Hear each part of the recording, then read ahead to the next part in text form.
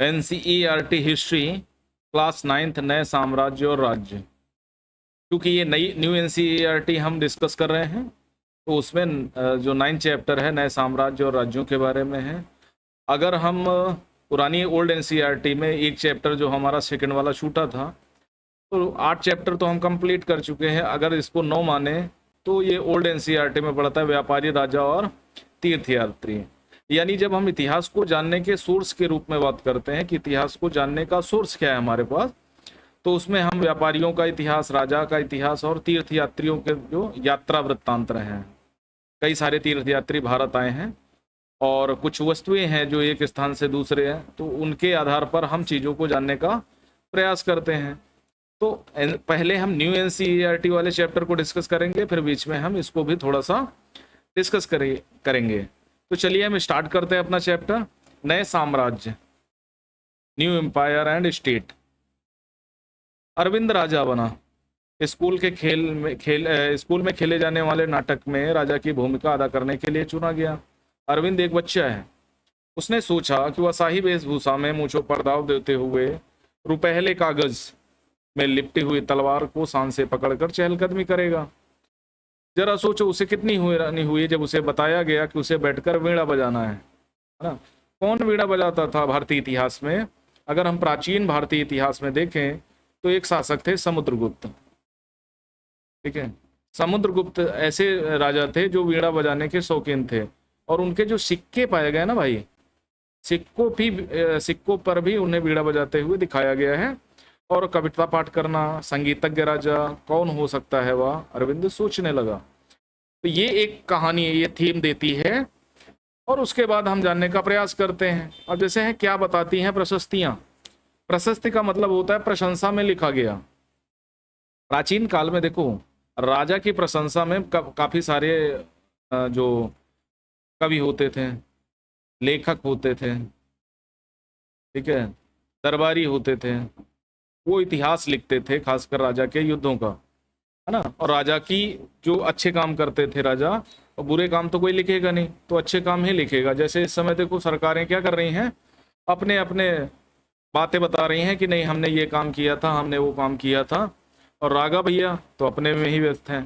तो कुल मिला के अगर बात करें तो ये जो दरबारी कवि, लेखक और अन्य लोग होते थे, ये प्रशस्तियां भी लिखवाते थे। राजा की प्रशंसा में लिखा गया, कहीं पत्थर पे खुदा होता था तो कभी अन्य चीजों पे खुदा हुआ होता था। अरविंद गुप्त वंश के प्रसिद्ध राजा समुद्रगुप्त की भूमिका अदा करने जा रहा था। समुद्रगुप्त के बारे में हमें इलाहाबाद में अशोक स्तंभ पर खुदे एक लंबे अभिलेख से पता चलता है। इस हरिशण ने लिखवाया था, है ना। इसकी रचना समुद्रगुप्त के दरबार में कवि व मंत्री रहे हरिशण द्वारा एक काव्य के रूप में की गई थी। तो किसने लिखवाया था? ये रानी कारुआकी का भी अभिलेख है, और हरिशण ने समुद्रगुप्त के बारे में जो लिखा वो उसका भी एक प्रशस्ति है। ये एक किस्म का अभिलेख है या विशेष किस्म का अभिलेख है। जैसे अभिलेखों के बारे में हमने सबसे बृहद रूप से किसमें जाना था? अशोक के काल में। अशोक ने अपने 14 शिलालेखों, स्तंभ लेखों, लघु शिलालेखों के माध्यम से राजा को क्या दिया था? राजा से बात करी थी। तो उसी तरह विशेष किस्म के अभिलेख हैं जिसे प्रशस्ति कहते हैं। यह संस्कृत शब्द है जिसका अर्थ होता है प्रशंसा। प्रशस्तियां लिखने का पहला प्रचलन पहले भी था। जैसे कि तुम अध्याय 8 में गौतमी पुत्र सतकर्णी, आंध्र सातवाहन वंश के राजवंश के बारे में, प्रशस्ति के बारे में पढ़ा था। ये आंध्र सातवाहन वंश महाराष्ट्र के आसपास था, परंतु गुप्त काल में इनका महत्व और बढ़ गया। बात समझ में आ गई यहाँ तक? तो ये एक प्रचलन में था, इसीलिए इसे प्रशस्ति कहा जाता है। अब प्रशस्तियां हमें क्या बताती हैं? कवि ने इसमें राजा को की एक योद्धा, युद्धों को जीतने वाले राजा, विद्वान, एक उत्कृष्ट कवि के रूप में भरपूर प्रशंसा की है। तो देखो, जब कोई कवि लिखेगा, अब जैसे मोदी सरकार या कांग्रेस का कोई व्यक्ति होगा और अपने प्रधानमंत्री जैसे मनमोहन सिंह के बारे में लिखेगा, या सोनिया जी के बारे में लिखेगा, या राहुल गांधी के बारे में लिखेगा, या प्रियंका गांधी के बारे में लिखेगा, तो अच्छी बातें ही लिखेगा, कोई बुरी बात थोड़ी लिखेगा, है ना। उसी प्रकार मोदी जी के बारे में अगर कोई लिखेगा तो अच्छी बातें ही लिखेगा। अब उनका सपोर्टर हो सकता है जो अच्छा लिख रहा है, या उनके खिलाफ वाला हो सकता है। ओके, अब सपोर्टर होगा तो सारी अच्छी बातें जड़ देगा, और खिलाफ वाला होगा तो सारी वही अच्छी बातों को बुरी बातें बना देगा। तो ऐसे काम चलता है।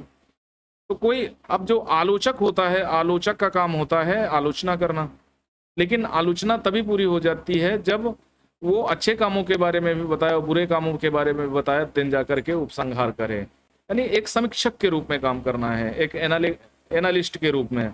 आज की डेट में देखा होगा न्यूज चैनल वगैरह पे ऐसे ऐसे लोग बैठते हैं जो क्या करते हैं, खुराफात की बातें करते रहते हैं, लेकिन सच बात कभी नहीं करेंगे, है ना। तो इस तरह भी होता है। यहाँ तक कि उसे ईश्वर के बराबर बताया गया है, ईश्वर के समकक्ष बताया गया है।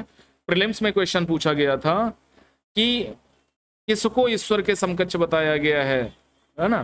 प्रशस्ति में लंबे लंबे वाक्य दिए गए हैं, वैसे ही वाक्य का एक अंश दिया गया है। अब वो अंश क्या कहता है, जिनका शरीर युद्ध के मैदान में कुठारों, कुल्हाड़ियों, तीर, भाला, बर्छी, तलवार, लोहे की गदाओं, नुकीले तीरों, अन्य सैकड़ों हथियारों से लगे घावों के द्वारा भरे होने के कारण अत्यंत सुंदर दिखता है। अब हरिसेन देखो, अब ये जोक सपाट हो जाएगा। हरिसेन क्या ऐसे व्यक्ति थे जो राजा को नंगे बदन देखते थे, या सुना होगा, या कभी चोट लगी होगी तो एक लंबा लंबा वाक्य लिख दिया। अब ये है महाराज समुद्रगुप्त। ओके, क्षेत्र को हरे रंग से रंगा गया। पूर्वी समुद्र तट के साथ साथ एक क्रम में लाल बिंदु देखेंगे, ये अभी हम नीचे मैप देखेंगे। अब ये देखो समुद्रगुप्त का वीणा बजाने वाला स्वरूप दिखाया गया है, सिक्कों पर ये अंकित है, ये स्वर्ण सिक्के हैं। स्वर्ण सिक्के जारी करने का काम आंध्र सतवाहन वंश ने किया था, उसके पहले कुषाणों ने भी किया था। बैंगनी नीले रंग के भी मिलेंगे, है ना। अब देखो आप फिगर देख लो, पहले ये वाला एक एरिया देख लो, एक ये वाला एरिया है, एक ये दक्षिण वाला एरिया है पूर्वी समुद्र तट का। ओके, आंतरिक राज्य कौन से हैं, ऊपर वाले सारे आंतरिक राज्य हैं। कौन से, ये, क्योंकि गुप्त साम्राज्य में राजधानी थानेश्वर चली गई थी और फिर पलट के गुप्तोत्तर काल में कन्नौज चली आई। ओके, प्रयाग ये बाह्य राज्य के रूप में था, नालंदा, पाटलिपुत्र, अब इनका वर्चस्व बाह्य राज्य के रूप में, ये इवन मथुरा भी। और आंतरिक राज्य वल्लभी, ये बाह्य राज्य का था। आंतरिक राज्य भारूच, कन्नौज से होते हुए ऊपर अफगानिस्तान, पाकिस्तान होते हुए जम्मू कश्मीर का एरिया, हरियाणा, दिल्ली, है ना, उत्तर प्रदेश का ऊपरी एरिया, नेपाल, इधर सिक्किम, असम, है ना, पूर्व भारत का पूरा एरिया, ये क्या था, आंतरिक राज्यों की श्रेणी में आता था। और अगर मित्र राज्यों की बात करें तो आर्यावर्त वाला ये एरिया था। देखो थोड़ा डिफरेंस दिखाई दे रहा है, ये वाला एरिया आर्यावर्त के क्षेत्र में था। बात समझ में आ गई ना। और गुप्त राजवंश द्वारा जीते गए नगर ये वाले थे, रेड वाले, अमरावती के आसपास के, अमरावती के दक्षिण और दक्षिण पूर्व में गुप्त वंश द्वारा जीते गए। और नगर कौन के थे, अब देखो नगरों की संख्या बढ़ी, मदुरै हो गया, इधर देखो चोल हैं, इधर चेर हैं, इधर पांडे हैं। और ये कब से स्टार्ट हो जाते हैं, ये 300 ईसा पूर्व से स्टार्ट हो जाते हैं। ठीक है, ये वाले एरिया हैं। एहुल चालुक्यों को जो राजधानी था, अमरावती, अजंता सातवाहनों की राजधानी हुआ करता था, भारूच प्रसिद्ध एक बंदरगाह था, उज्जैन, मथुरा, कन्नौज, प्रयाग, थानेश्वर, पाटलिपुत्र, नालंदा, ये सब क्या थे, महत्वपूर्ण नगरों की श्रेणी में थे। अब देखो नगर बढ़ेंगे, इधर महाबलीपुरम, अरिकामेड, पुहार चोलों का पत्तन था। ठीक है, मदुरै ये किसका, ये पांड्यों का पत्तन था। चेर का इधर एक पट्टन था, कावेरी पत्तनम। तो ये सारी चीजें हम पहले वाले चैप्टर में पढ़ चुके हैं, चैप्टर 8 में। अरिकामेडु के बारे में हम पढ़ चुके हैं, महाबलीपुरम के बारे में। महाबलीपुरम प्रसिद्ध मंदिरों के लिए प्रसिद्ध है। अब देखो हरे रंग का क्षेत्र आर्यावर्त के उन 9 शासकों का है जिन्हें समुद्रगुप्त ने हराकर उनके राज्यों को अपने साम्राज्य में मिला लिया, जो ऊपर वाला एरिया है। इसके बाद दक्षिणापथ के 12 शासक आते हैं।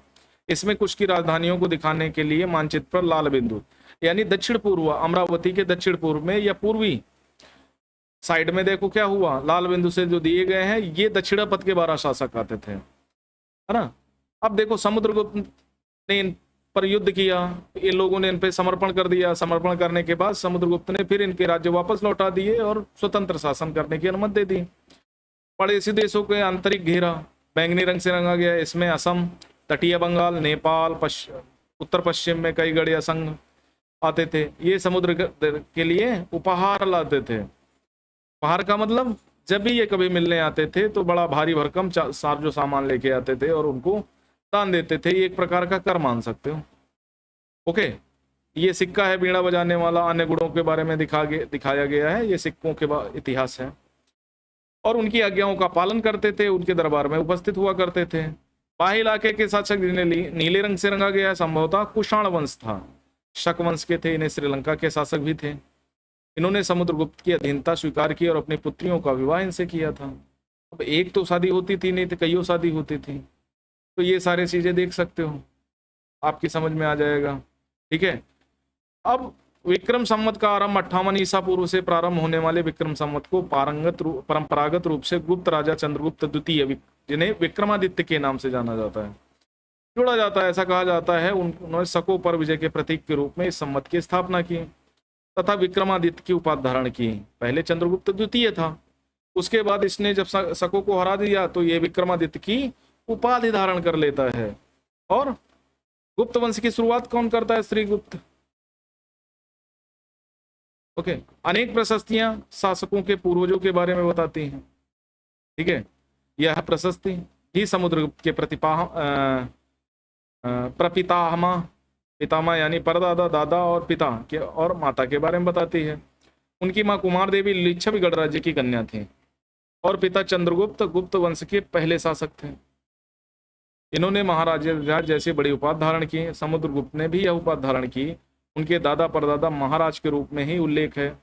इससे यह आभास मिलता है कि धीरे धीरे वंश का महत्व बढ़ता गया होगा। अब देखो, जितने पुराने शासक थे ना, वो सिर्फ अपने आप को राजा या महाराज कहते थे। क्यों? क्योंकि ये एक प्रकार से क्या कहते हैं, विकेंद्रीकरण की शुरुआत थी। भाई, केंद्रीकरण के बिंदु चरम दिखते हैं कहाँ? अशोक के साम्राज्य में। लेकिन जब मौर्य साम्राज्य डिक्लाइन करता है तो क्या होगा? जो केंद्रीकरण होगा ना, वो खत्म होने लगेगा और सामंती व्यवस्था स्टार्ट हो जाएगी। तो ये क्या है, कुषाणों के सामंत रहे होंगे, तो ये बड़ी बड़ी उपाधियां धारण नहीं कर सकते थे। लेकिन जब ये इन लोगों को हराने लगे तो ये बड़ी बड़ी उपाधियां धारण करने लगे। तो फिर अभी क्या था, राजा महाराजा कह रहेंगे, फिर अधिराजा या महाराजा, फिर धीरे धीरे क्या होगा, वीरों के वीर या महाराजा अधिराज जैसी उपाधियां धारण करेंगे, विक्रमादित्य की उपाधि धारण करेंगे। समुद्रगुप्त के बारे में हम उनके बाद के शासकों जैसे उनके बेटे चंद्रगुप्त द्वितीय की वंशावली यानी पूर्वजों की सूची से भी जानकारी मिलती है। उनके बारे में अभिलेखों और सिक्कों से भी पता चलता है। इन्होंने पश्चिम भारत में सैन्य अभियान में अंतिम शस्त्र राक्षस को क्या किया था?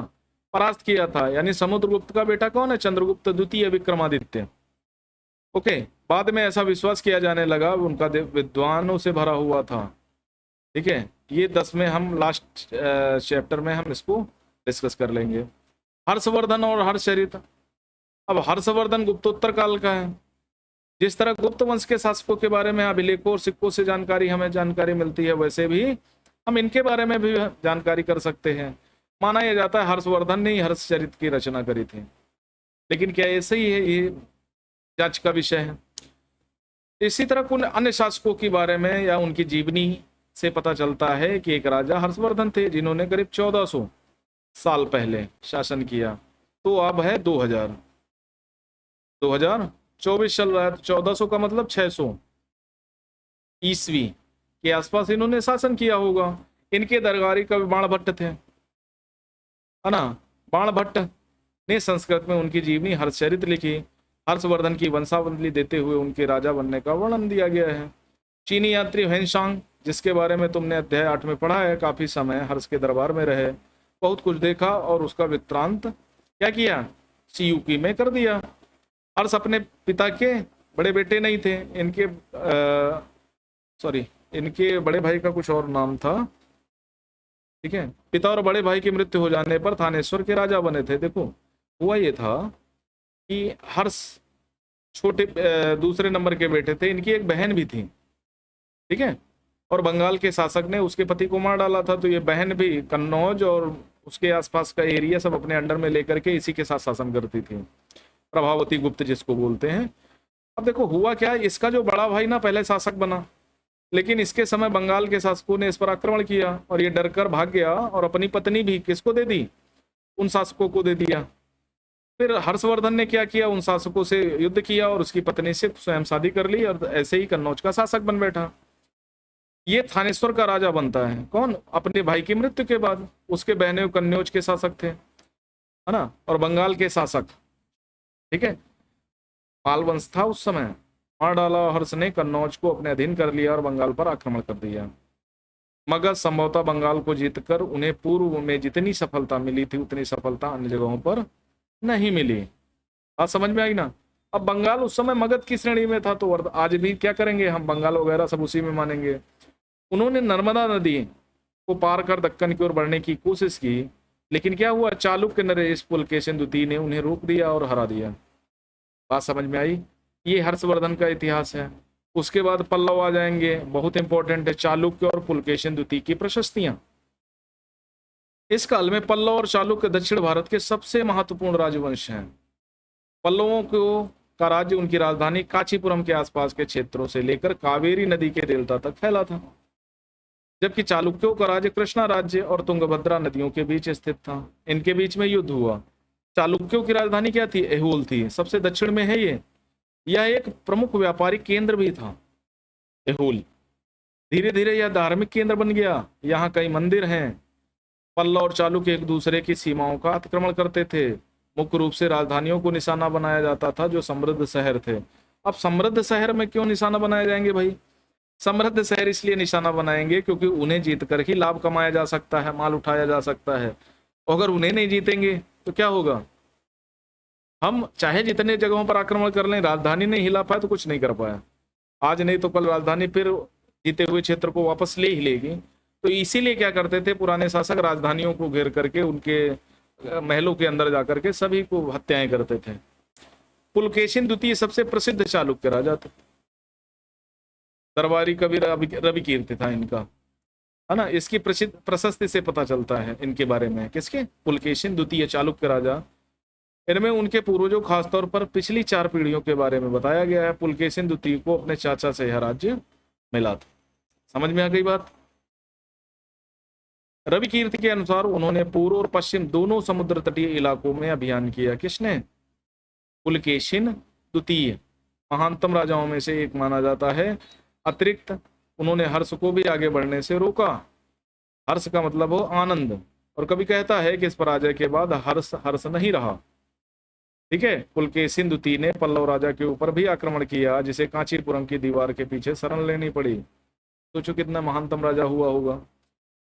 पर चालुक्यों की विजय यह अल्पकालीन थी। लड़ाई से दोनों वंश दुर्बल होते गए। पल्लव चालुक्यों को अंततः राष्ट्रकूट, ठीक है, और चोल वंशों ने समाप्त कर दिया। चोल वंश और राष्ट्रकूटों के बारे में आपने कक्षा 7 में पढ़ना है। ठीक है, इन राज्यों का प्रशासन कैसे चलता था। पहले के राजाओं की तरह इन राजाओं के लिए भी भूमि कर सबसे महत्वपूर्ण स्रोत रहा। देखो, प्राचीन काल भारतीय इतिहास को अगर देखें, मध्य भारत को देखें और आधुनिक भारत को देखें टिल 1947 तक, यानी आजादी के पहले, तो सबसे ज्यादा जो राज्य की आय का स्रोत था वो कर था। और वो कौन था, कृषि कर। ठीक है, कृषि कर था या भूमि कर था। ठीक है, लैंड टैक्स। उसके बाद व्यापार आता था। इसी के कर के माध्यम से क्या करते थे राजा वगैरह, युद्धों को, साजो सामान, अपने महलों को रंगीन बनाते थे। प्रशासन की प्राथमिक इकाई हमेशा गांव ही होता है, आज भी है। ठीक है, लेकिन धीरे धीरे कई नए बदलाव आए। राजाओं ने आर्थिक, सामाजिक और राजनीतिक या सैन्य शक्ति रखने वाले लोगों का समर्थन जुटाने के लिए कई कदम उठाए, यानी विकेंद्रीकरण किया, सामंती व्यवस्था, है ना। कुछ महत्वपूर्ण जो अशोक के काल में नए नवनियुक्त थे ना, वो धीरे धीरे बदलने लगे। अब एक व्यक्ति क्या हुआ, कई पदों पर बैठने लगा। व्यक्ति एक ही है और उसके पास पद 4 हो सकते हैं। जैसे हरिशेण ही कवि भी था और उसके पास मंत्री भी था, महादंड नायक वगैरह भी था। ओके, तो और दूसरा एक चेंज क्या हुआ, अभी श्रेष्ठता के आधार पर जो श्रेष्ठ होगा उसको पद मिलता था, अब वंशानुगत हो गया, वंशानुगत हो गया। बात समझ में आई ना। तो ये बहुत बड़ा डिफरेंस आया। कुछ महत्वपूर्ण प्रशासकीय पद अनुवांशिक बन गए हैं, अर्थात बेटे अपने पिता के पद पाते थे। जैसे कि कवि हरिशेण अपने पिता की तरह महादंड नायक अर्थात मुख्य न्यायाधीश अधिकारी था। जैसे वर्तमान काल में देखा होगा कि कांग्रेस पार्टी में पहले जवाहरलाल नेहरू थे, फिर इंदिरा ने अपने आप को साबित किया, इंदिरा जी आ गए, फिर उनके बेटे संजय गांधी का भी बड़ा योगदान रहा। संजय गांधी की अल्पकाल में ही हत्या हो गई। उसके बाद आ गए राजीव गांधी जी, वो भी काम करते रहे। राजीव गांधी भी लगभग 5-6 साल भारत के प्रधानमंत्री रहे। फिर उनके बाद उनके पत्नी, धीरे से उनका राजनीति में एंटर हुआ। फिर राहुल गांधी, सोनिया गांधी, यानी एक परिवारवाद की चरम पराकाष्ठा बन गई कि ये पार्टी हमेशा इसी परिवार के पास रहेगी। स्टेट स्तर पर बहुत सारी पार्टियां हैं जिसमें पितृसत्तात्मक या वंशवाद के लक्षण दिखाई पड़ते हैं, जैसे सपा, मुलायम सिंह यादव। उसके बाद आ गई अखिलेश यादव के पास, शिवपाल भी कभी खास रहे हैं, लेकिन वो उनका मौका उतना मिला नहीं। ठीक है, अगर मायावती जी का देखें तो पहले काशी नाम, फिर मायावती, अब देखो उन्होंने अपने भतीजे को अधिकार सौंप दिए। दक्षिण की कई पार्टियां हैं जो परिवारवाद की परंपरा को अच्छे से निभा रही हैं। बिहार की कई पार्टियां, लालू प्रसाद यादव, उसके बाद उसके तेजस्वी और पगलेट। तो इस तरह से क्या हुआ, तो यहाँ भी वही पद, प्रशासकीय पद थे ना, अनुवांशिक बन गए। लेकिन आपका पद अनुवांशिक नहीं है, आपके बाद आपके पुत्र को नहीं मिलेगा। आप पढ़ाई करेंगे ना, 4 पेपर जीएस के, 2 ऑप्शनल पेपर, एक ऑप्शनल के 2 पेपर, ऐसे पेपर, सामान्य हिंदी, इंग्लिश, इस तरह के बढ़िया पेपर क्रॉस करके जाएंगे, प्रीलिम्स हो जाएगा, मेंस हो जाएगा, इंटरव्यू हो जाएगा, तब आईएएस बनेंगे और उसे एक दिन बाद रिटायर हो जाएंगे। लेकिन राजनीति में अगर हैं तो आप कभी रिटायर नहीं होंगे, आपके बाद आपका बेटा आ जाएगा। तो ये होता है अनुवांशिक। ओके, कभी कभी एक व्यक्ति कई पदों पर कार्य करता था, जैसे हरिशेन महादंडनायक होने के साथ कुमारामात्य अर्थात एक महत्वपूर्ण मंत्री, संधि विग्राहक अर्थात युद्ध और शांति के विषयों का भी मंत्री था। कई महत्वपूर्ण मंत्रालय उनके अधीन होते थे। संभवतः वहां के स्थानीय प्रशासन में प्रमुख व्यक्तियों का बहुत बोलबाला था। क्यों था भाई? इनके पास सेना भी होती थी। ये सामंत थे, और ये सामंती राजा को राजा के पास बहुत स्थायी सेना नहीं रह गई थी। फिर धीरे धीरे क्या होगा, ये सामंती राजा को मदद करेंगे। स्थानीय प्रशासन में व्यक्तियों का बोलबाला था। इसमें नगर श्रेष्ठी अर्थात यानी मुख्य जो बैंकर हो या शहर का व्यापारी, सार्थवाह, सार्थकवाह का मतलब व्यापारियों के काफिलों का जो नेता होता है, प्रथम कुलिक अर्थात मुख्य शिल्पकार, कायस्थों यानी लिपकों का प्रधान जैसे लोग थे। इनका भी बड़ा बोलबाला था उत्तर के प्रशासनिक पदों में। इस तरह की कुछ नीतियां काफी हद तक प्रभावशाली होती थीं। ठीक है, पर समय के साथ इनमें से कुछ व्यक्ति इतने अधिक शक्तिशाली हो जाते थे कि अपना स्वतंत्र राज्य स्थापित कर लेते थे। ठीक है, अब जब विकेंद्रीकरण होता है ना, विकेंद्रीकरण जब साम्राज्यों में होता है तो विकेंद्रीकरण में कभी ना कभी सामंत बड़ा बन जाता है और उसके पास ताकत ज्यादा आ जाती है, और वो धीरे धीरे क्या करता है, अपना एक स्वतंत्र राज्य स्थापित करने के बाद वो धीरे धीरे दूसरों पर जीतना स्टार्ट कर देता है। हर साम्राज्य की यही कहानी है।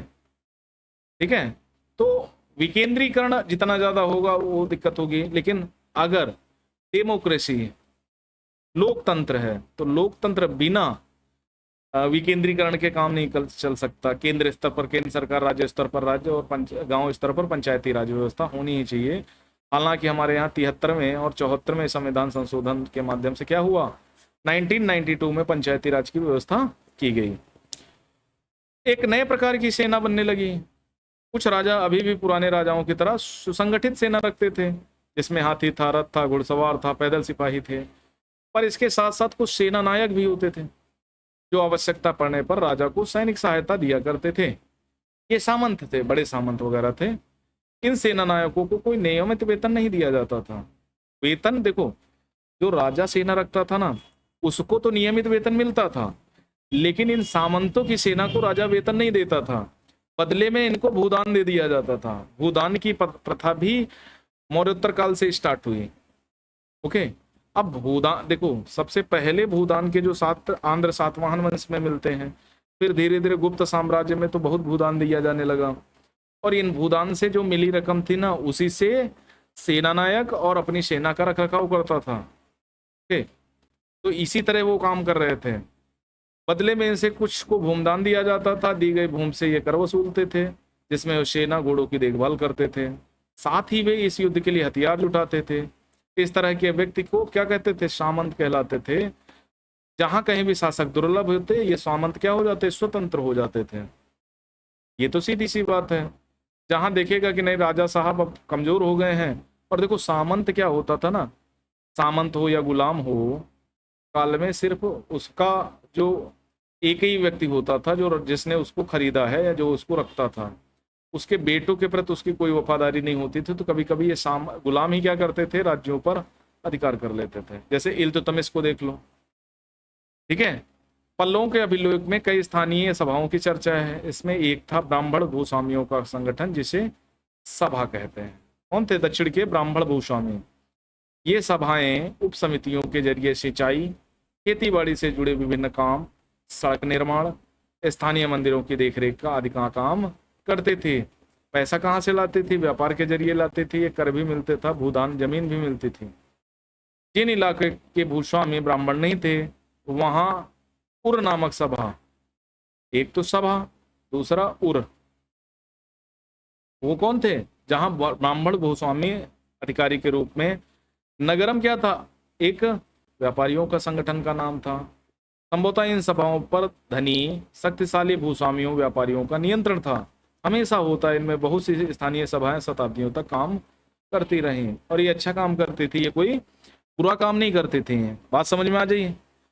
उस जमाने के आम लोग तो देखो उर, नगरम और सभा, इन सभी के बारे में आपको याद रखना है। टर्मिनोलॉजी बहुत इंपॉर्टेंट है। ओके, जनसाधारण के जीवन की बहुत झलक हमें नाटकों या पुण्य स्रोतों से मिलती है।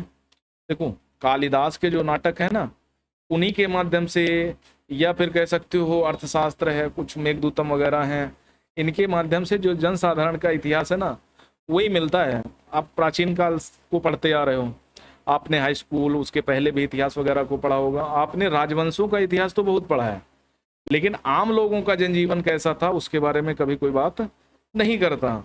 आज की डेट में तो फिर भी है, सोशल मीडिया है, अन्य चीजें हैं जिनके माध्यम से आप अपने आप को प्रोजेक्ट कर लेते हो। ओके, अभी देखो ओए होए वाला गाना वाला भैया कितना मशहूर हो गया पाकिस्तान का। तो इस तरह कच्चा बादाम वाला लड़का और वो अंजलि अरोड़ा, ये लोग कितने मशहूर हो जाते हैं। तो उस काल में ऐसी कोई व्यवस्था थी नहीं, है ना, होगी तो उस काल तक सिमट के रह गई।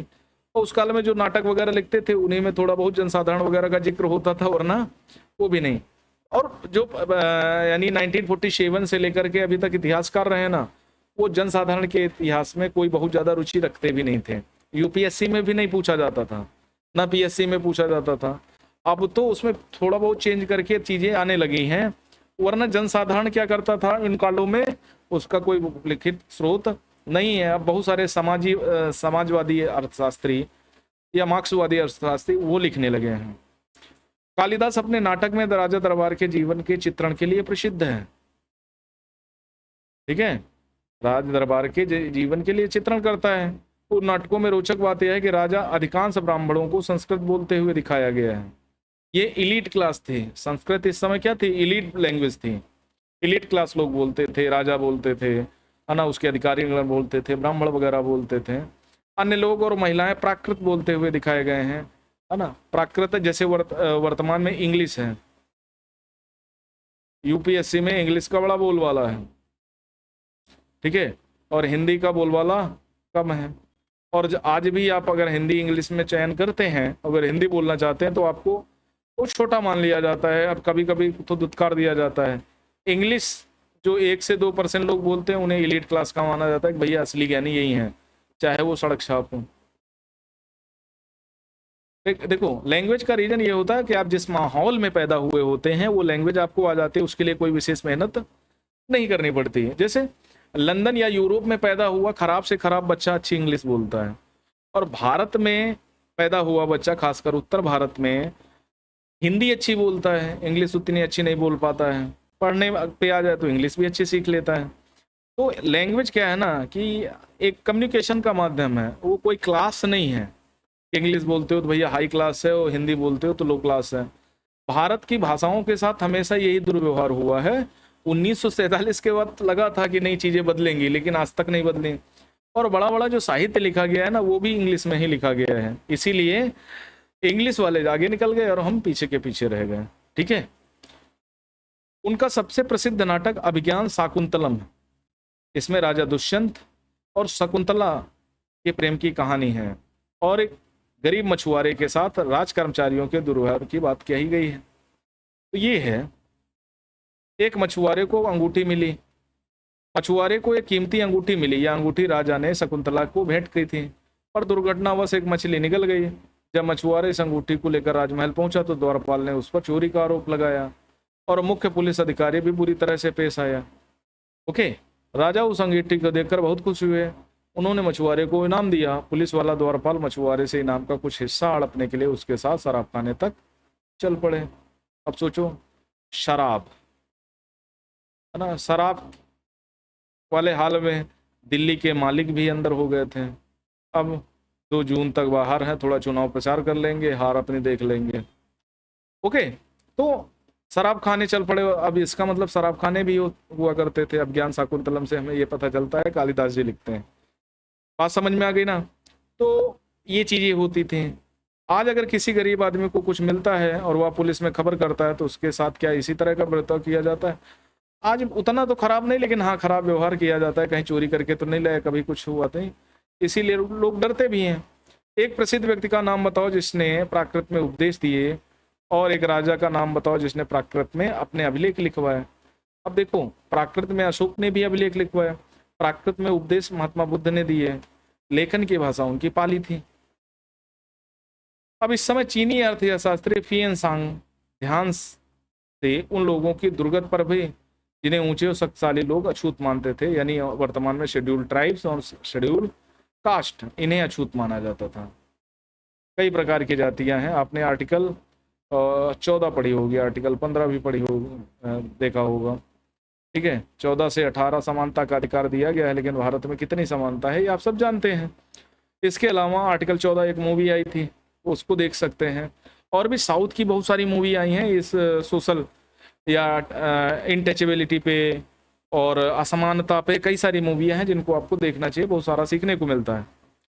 अछूत मानते थे। अब ये दोस्तों, यही प्रथा केरल में एक चलती थी। केरल में इस यानी अछूत महिलाएं, जिनको हम फोर्थ वर्ण का कहते हैं, शूद्र, वो महिलाओं को अपने स्तन खोल के चलना पड़ता था। ये अमानवीय प्रथा थी। इस प्रथा में जानते हो क्या, इन क्लास की महिलाओं को अपने स्तन खोल के चलना पड़ता था, या फिर स्तन टैक्स दे, अगर ढक के चलना है तो स्तन टैक्स पड़ता था। सोचो कितने गधे लोग रहे होंगे उस समाज के। दूसरा, अगर कोई महिला अपने स्तन को खोल के नहीं चलती थी ना, उसके स्तन कटवा दिए जाते थे। ये प्रथा, ये बहुत पुरानी प्रथा नहीं है, औपनिवेशिक काल की प्रथाएं हैं। ठीक है, इसके लिए प्रॉपर आंदोलन भी चले। इन्हें शहरों के बाहर रहना पड़ता था। वे लिखते हैं कि अगर इन लोगों को शहर या बाजार के भीतर आना होता तो सभी को आगाह करना पड़ता, या लकड़ी के टुकड़े पर छूट करते रहते, या किसी बर्तन पे या किसी ढोलक वगैरह पे सॉरी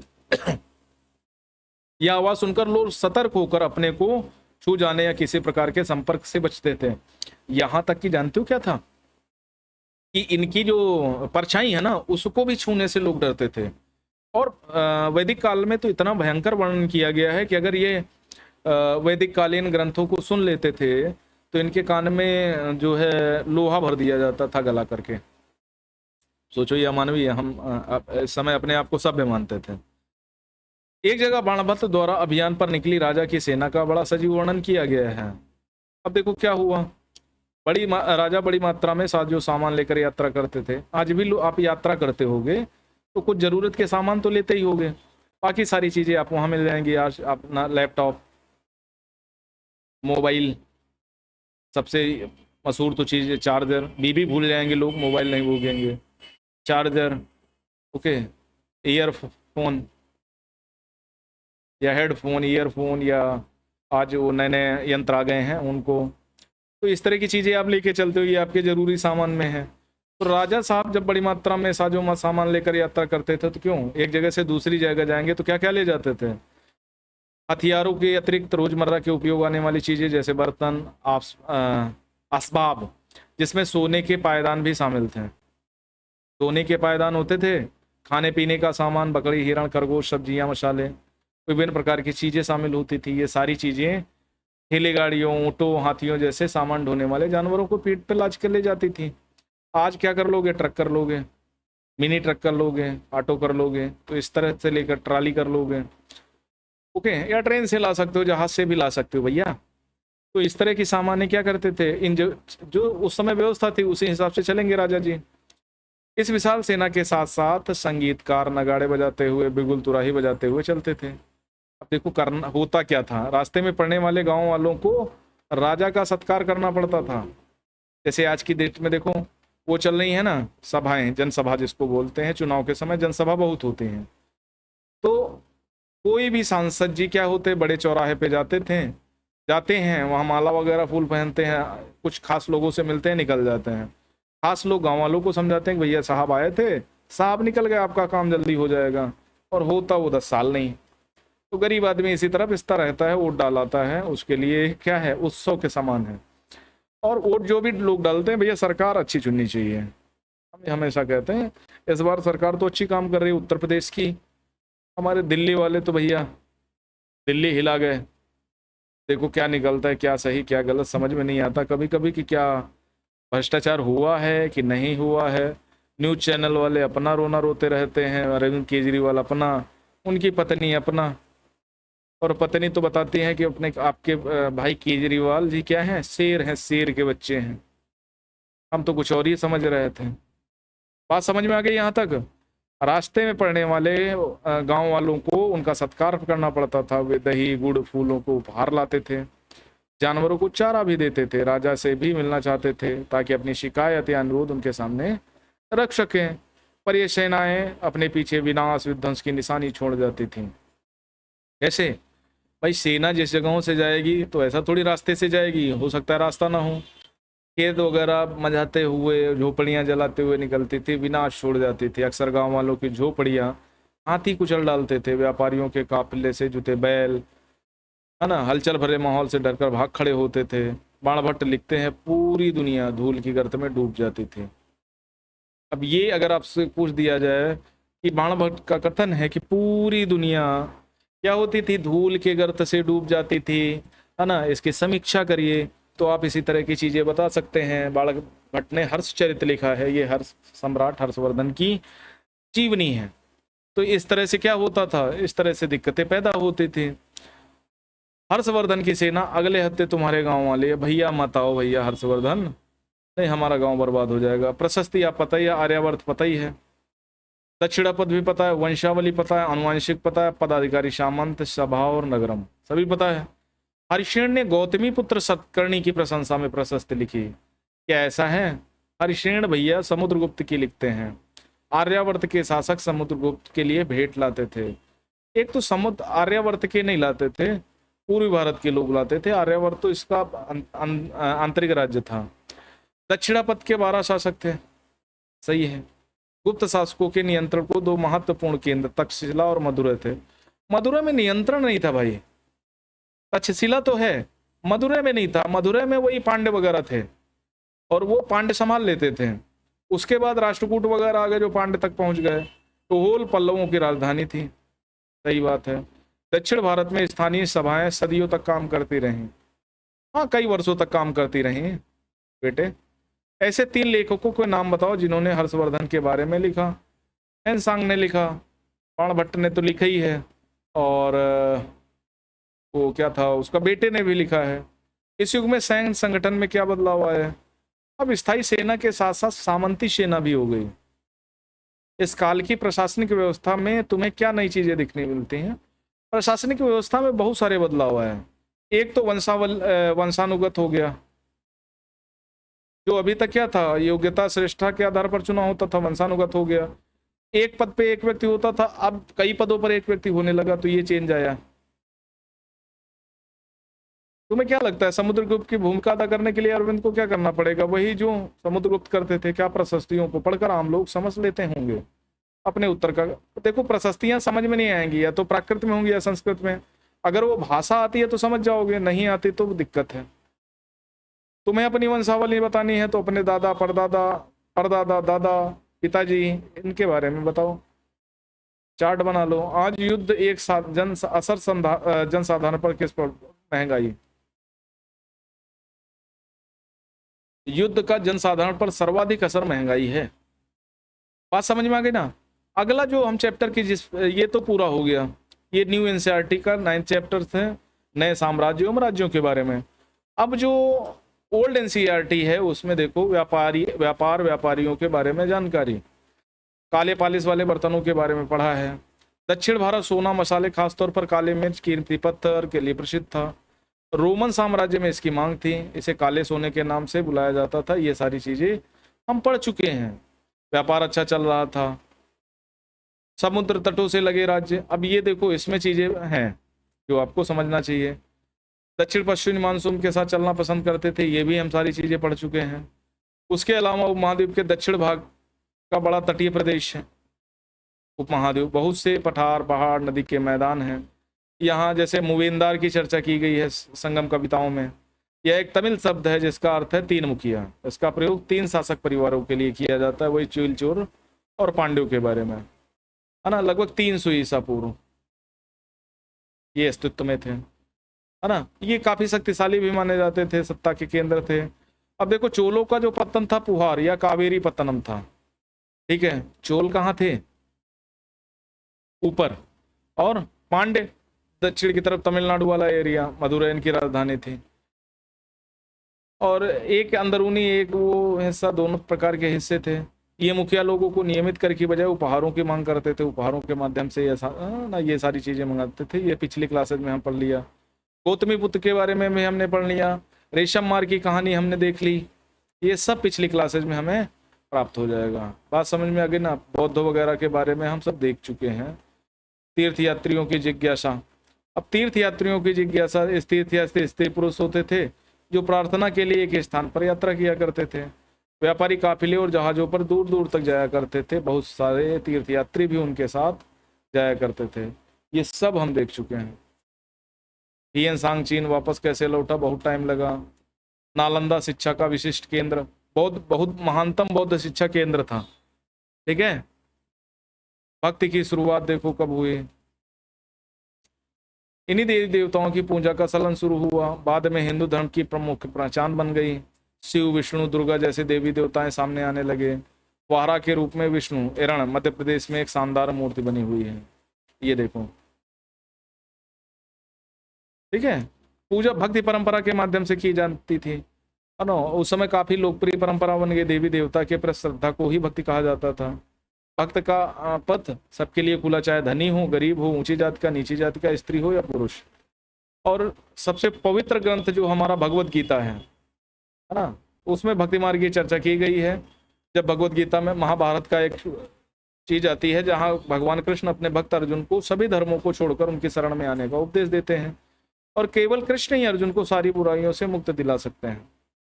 पूजा का रूप धीरे धीरे क्या देश के विभिन्न भागों में फैलने लगा। पूजा के साथ आडंबर आएगा, भक्ति पूजा आ जाएगी, उसके अलावा व्यक्ति पूजा भी होने लगेगी। भक्ति मार्ग अपनाने वालों का यह मानना है कि अगर अपने आराध्य देवी देवता को सच्चे मन से पूजा जाए तो उसी रूप में उसके दर्शन हो जाएंगे। भक्त उसे देखना चाहता है, इसलिए आराध्य देवी देवता के रूप में भी कर सकता है। ये सारी चीजें क्या हैं, भक्ति काल में आपको मिली जाएंगी। भक्त द्वारा लिखी गई कविता। हिंदू क्या था? हिंदू अभी सब जो लोग जानते हैं ना, हिंदू इंडिया शब्द की तरह क्या है, सिंधु या इंडस से निकला है। हिंदू कोई धर्म नहीं है, सनातन धर्म है, आदि सनातन, या इसको हम ब्राह्मण भी बोल सकते हैं, ब्राह्मण धर्म।